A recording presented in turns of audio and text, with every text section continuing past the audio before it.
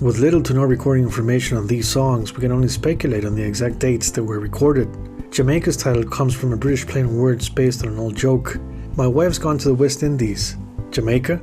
No, she went on her own accord. The song is a 50s doo-wop construction disguised as a reggae track. It has a chord structure of 1-6-4-5 that was common in doo-wop. This could be transposed to different tones with the same backbone. Both Elton John's 1972 hit Crocodile Rock and Frank Zappa's Bobby Brown from 1979 used the 50s progression to great effect. Led Zeppelin played this chord sequence on their 1971 live version of Benny King's Stand By Me.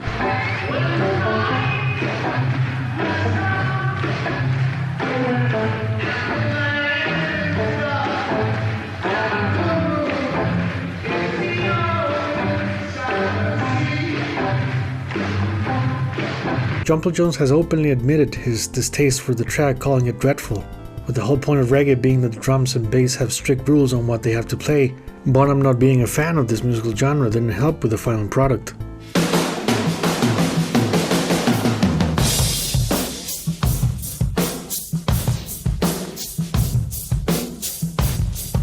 Jumple Jones quote, "Bonzo didn't hate jazz, but he hated playing reggae. He thought it was really boring. He wouldn't play anything but the same shuffle beat all the way through it. Jones believes that they worked on it a bit more, the end result might have been better." Bonham's massive drum sound was achieved with 3 microphones at a distance. The song was never performed live, with only lyric snippets by Plant appearing at random on jam sections for other numbers. Reggae music was in the air, and it inspired Paul McCartney's Live and Let Die, recorded in October 1972. A fascinating example of how rock and roll artists are inspired by similar ideas. To no surprise out of his love for 50s music, Robert Plant was very fond of the track. He managed to get the band to release it as a single in 1973 as a sort of proto-Honey Drippers.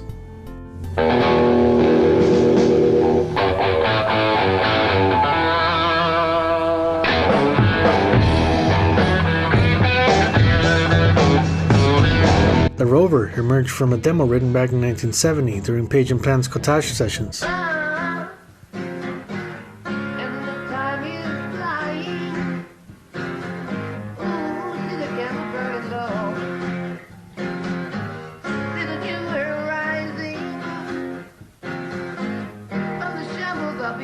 It was recorded with Jimmy using a phaser effect and Bonham playing a heavy-handed groove with multiple hi-hat accents. Like Over the Hills and Far Away, Page played a guitar solo in the scale of F sharp in the middle section with a tasteful selection of notes. Although the song was never premiered on stage in front of an audience, it was rehearsed in full on July 6, 1973 during a soundcheck at Chicago Stadium. The Rover's intro was played on the 1977 tour before going sick again, as the 2 songs share a similar songwriting style and backbeat.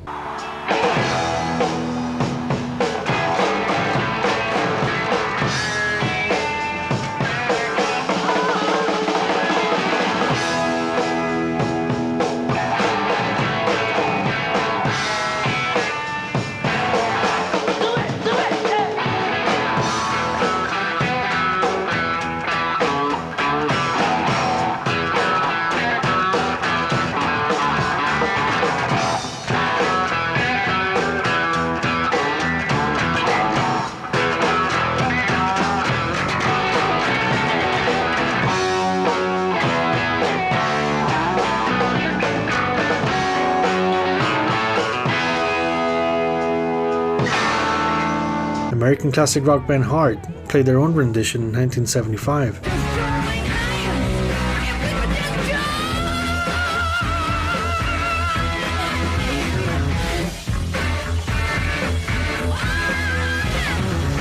Progressive metal's own Dream Theater performed my Led Zeppelin medley for their 1995 Change of Seasons EP. The track featured portions of The Rover, Akida's Last Stand, and The Song Remains the Same. Greta Van Fleet's Highway tune seems to be heavily inspired by Led Zeppelin's riff.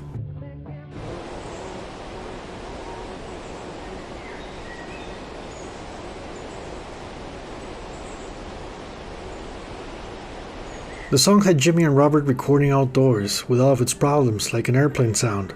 Recording engineer Eddie Kramer can be heard asking Jimmy if they leave it on a final take. Robert tells him that's fine and they begin. Like Dancing Days, Jimmy's guitar uses an open G tuning. Photographs suggest they recorded the acoustic and vocal parts first, with Jones and Bonham adding their parts later on. The lyrics describe a man disappointed at his partner's temper and actions. One of the verses seems prophetic as Robert Plant divorced Maureen Wilson in 1983. 8 years later, he dated Maureen's sister Shirley, with whom he had a child, Jessie Lee Plant, born in 1991. Black Country Woman was played live once in 1972.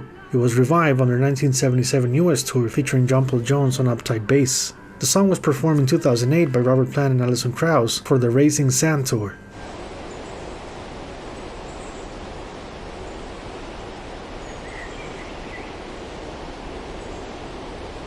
Jimmy Page wrote The Song Remains the Same as an introduction for the Rain song, following a composition structure found in classical music. Page has been outspoken about his admiration of Yes, and the parallels are evident from the rhythm tracks to Jimmy's soloing, which is reminiscent of Steve Howe's pull-off technique.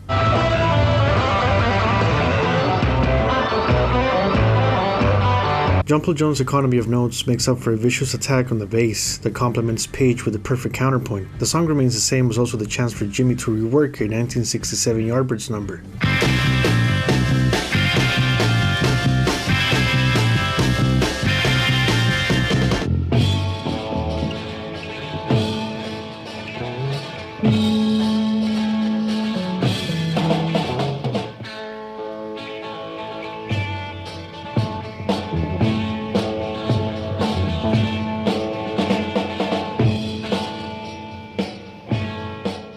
Much has been said about George Harrison motivating Page to write the Rain song after telling Bonham Led Zeppelin didn't do any ballads.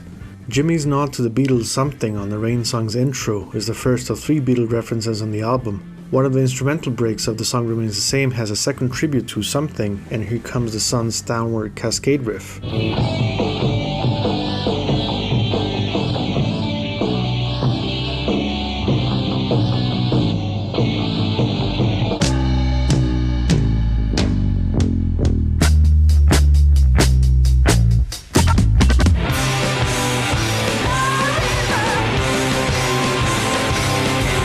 Now here's where things get strange. George Harrison seems to have used a previously mentioned 1967 Yardbirds song as inspiration for Here Comes the Sun.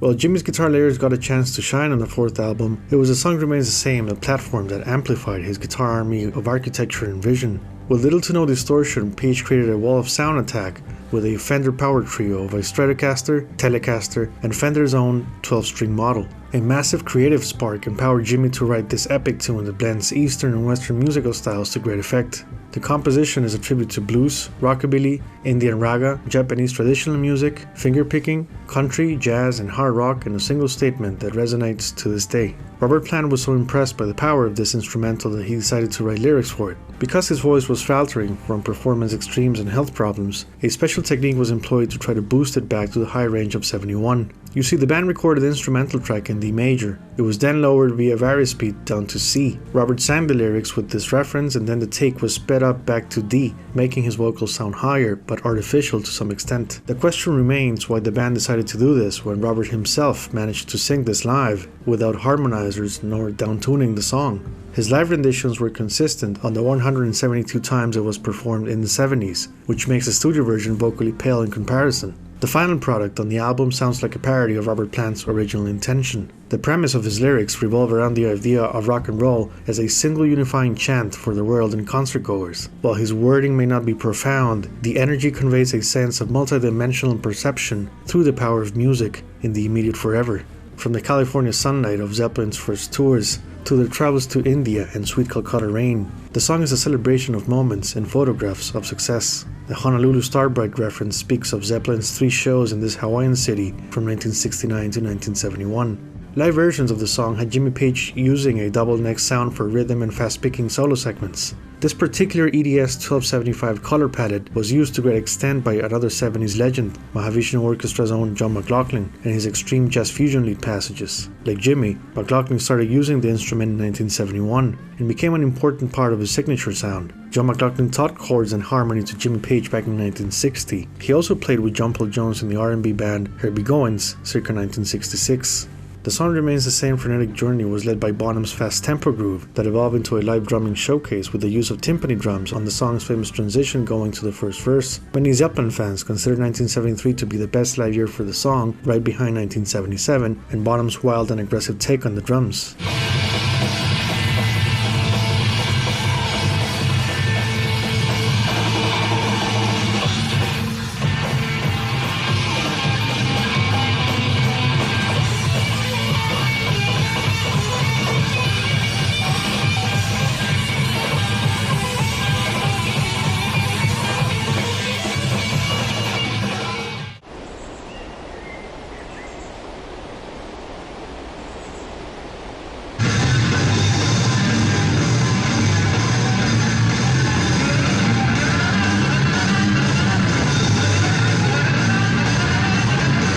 A similar beat to The Song Remains the Same in a hard-hitting number, Walter's Walk, was recorded at Stargroves. Traces of the riff can be heard on live versions of Dazed and Confused from 1972. The song was finally released in 1982. You can find more information about this track on The Making of Coda, featuring my Poe Zeppelin 1981 to 1989 series.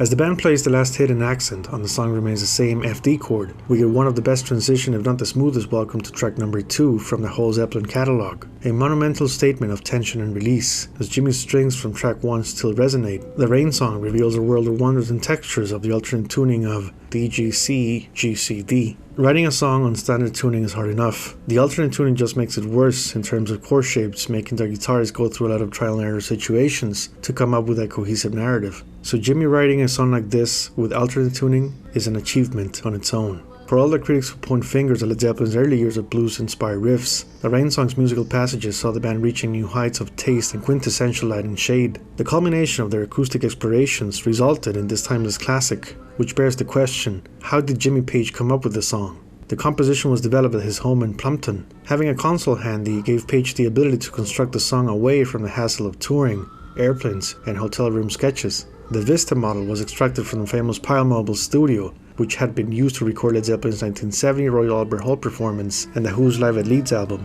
John Bonham left his drumsticks aside and played with brushes through the whole track. His beat is deceptively simple, yet subtle. He complements the song and never overplays the drums.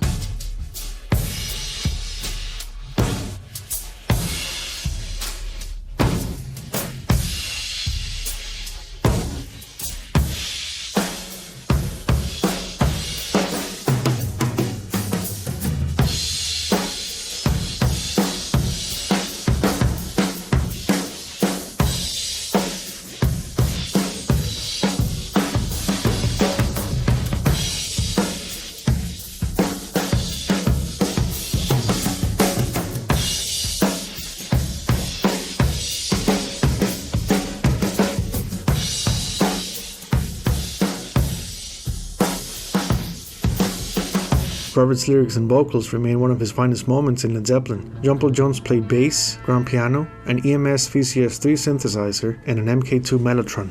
Jones's use of Mellotron feeds from progressive rock directly, with King Crimson and Focus featuring the instrument on their seminal releases. As a sort of astral synchronicity, Yes used the instrument for their Close to the Edge sessions that took place from February to June of 1972. Genesis would soon join the Mellotron Club, with Watcher of the Skies from their Foxtrot album recorded August to September of 1972.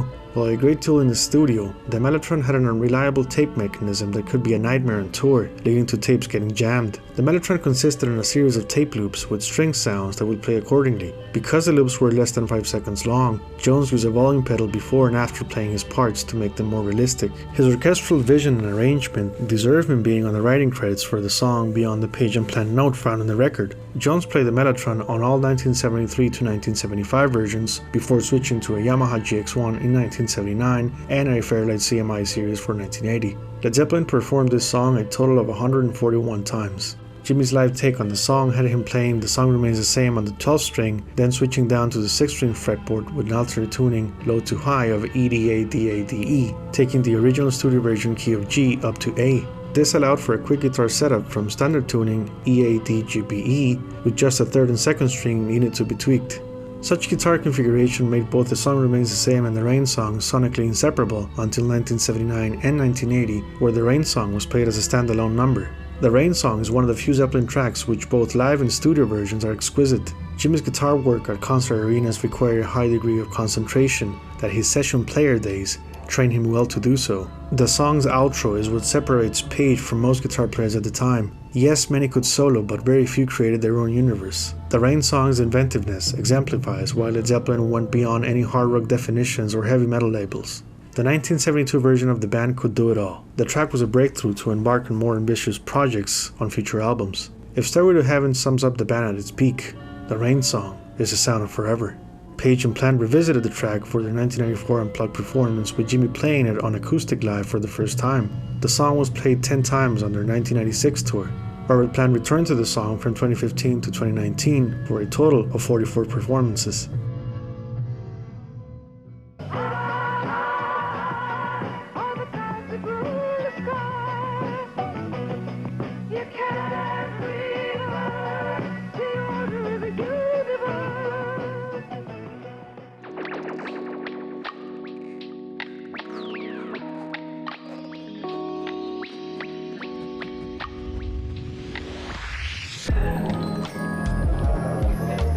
Lou van Race haalt de groep Led Zeppelin af van Schiphol. Hallo, how are you? De impresario heeft alles geregeld wat popsterren maar willen. We have a limousine outside, Letty. There's a limousine outside.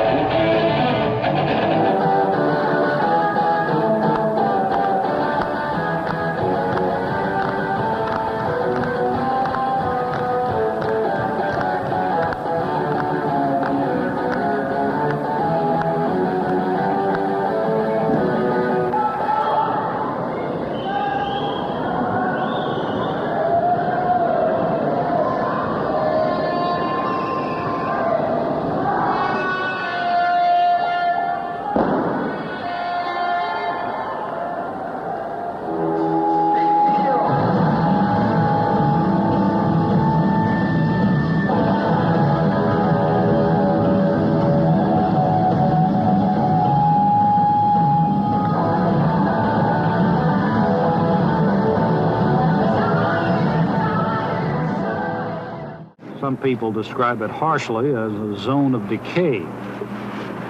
At any rate, business has declined, with much of the commerce fleeing to the suburbs. The old major hotels are said to be attracting fewer clients.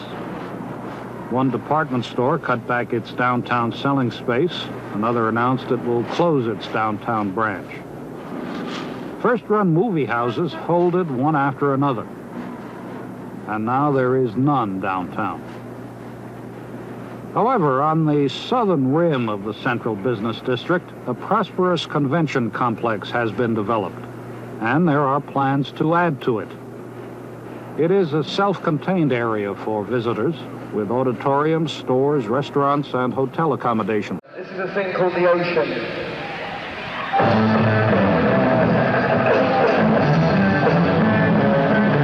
Hello, John Bonham Hi-Hat Tambourine.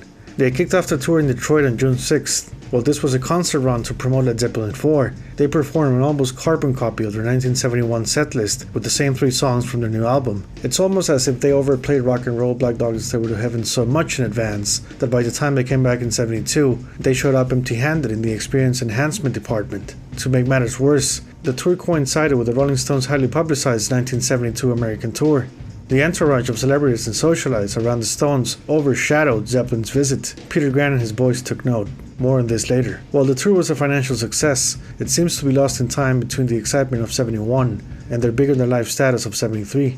2003's How the West Was Won featured 2 shows from this tour, June 25th and June 27th at the Forum and Long Beach Arena. It didn't do well commercially as the Zeppelin DVD released simultaneously was fierce competition and confused record buyers thinking the 3 CD set was a soundtrack version of it. Its underwhelming response in terms of sales remains a mystery, despite the band's tight performance. It's not a new album, and it's not going to be called Led Zeppelin. How many have we done so far? It's not going to be called Led Zeppelin 5. It's got every possibility of being called Burn That Candle. The 1972 concert series was the last time the acoustic set was played until 1977. Jimmy Page's clothing walked towards his iconic looks, premiering his rose-patterned black suit halfway through the tour in Seattle. The new jacket became his armor on stage, and Rock Finest guitar performer was set free. Previous on-stage Jimmy was somewhat shy and seemed to hide between sweaters, long hair, his black beard, and more sweaters. Robert's thin-sounding vocal tone was a red flag. He was still hitting the high notes, but with less mid-range force. Having Immigrant Song, Heartbreaker, and Black Dog as openers throughout the tour didn't help. His voice cracked at random on the low and high registers. On the opposite end, Page, Jones, and Bonham grew tighter with lengthy instrumental passages opening the doors of their absolute peak. The band premiered 3 songs from their next album, including The Crunch, featuring their middle section of Dazed and Confused. Plant did a good job on the new tracks, but his previous vocal abilities would never come back. It got worse as months went by. With a proper vocal coach and this North American tour postponed, Robert Wood had had a better chance of recovery before it was too late. The reasons why this was overlooked suggest a short-sighted vision and the necessity to battle their way through the busy touring market. Led Zeppelin was now the band of No Quarter in the Rain song, waiting to showcase their newfound treasures. In the meantime, they carried on with the show.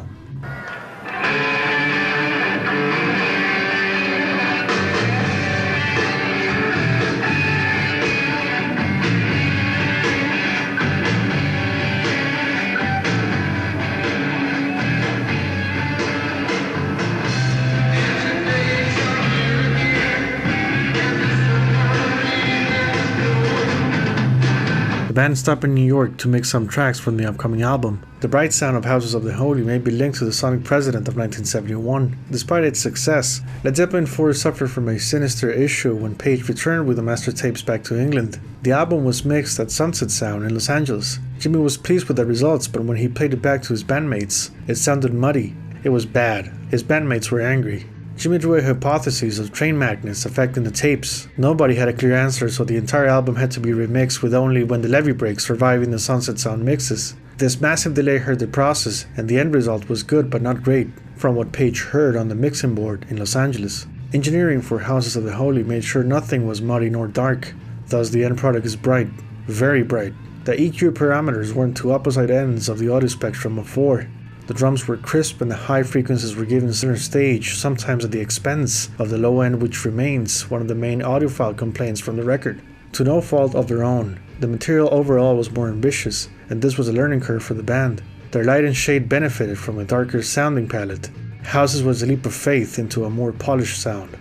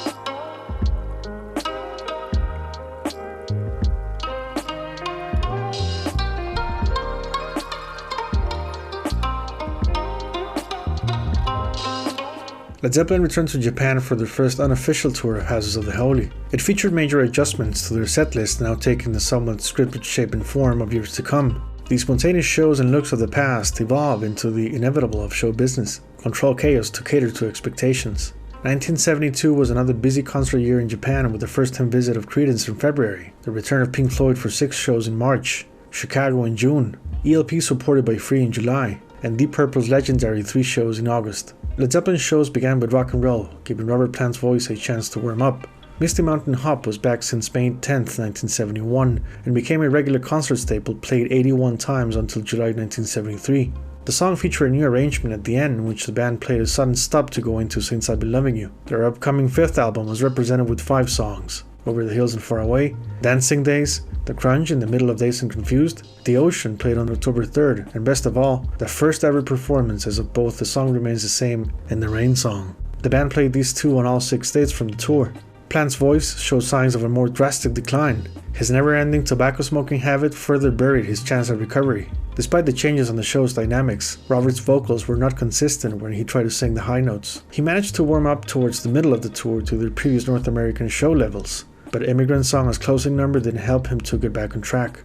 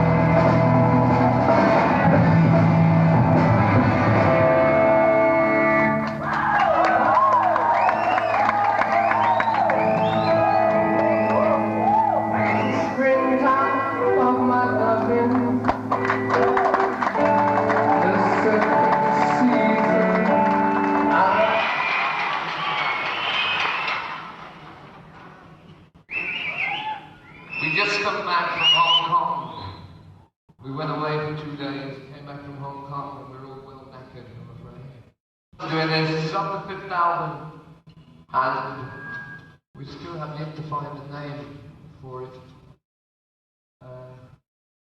We can call it the campaign. Yes, yes.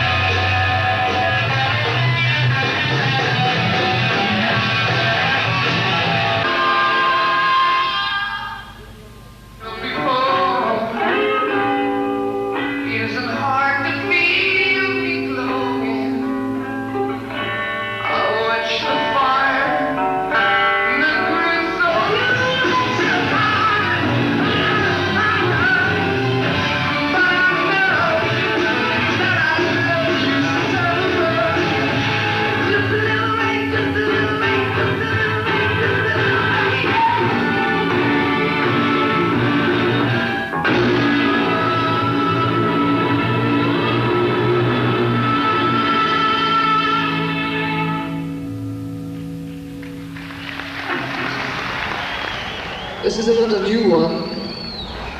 I think you better dedicate this to the toilet paper that people buy in this part of the world called the Rolling Stone.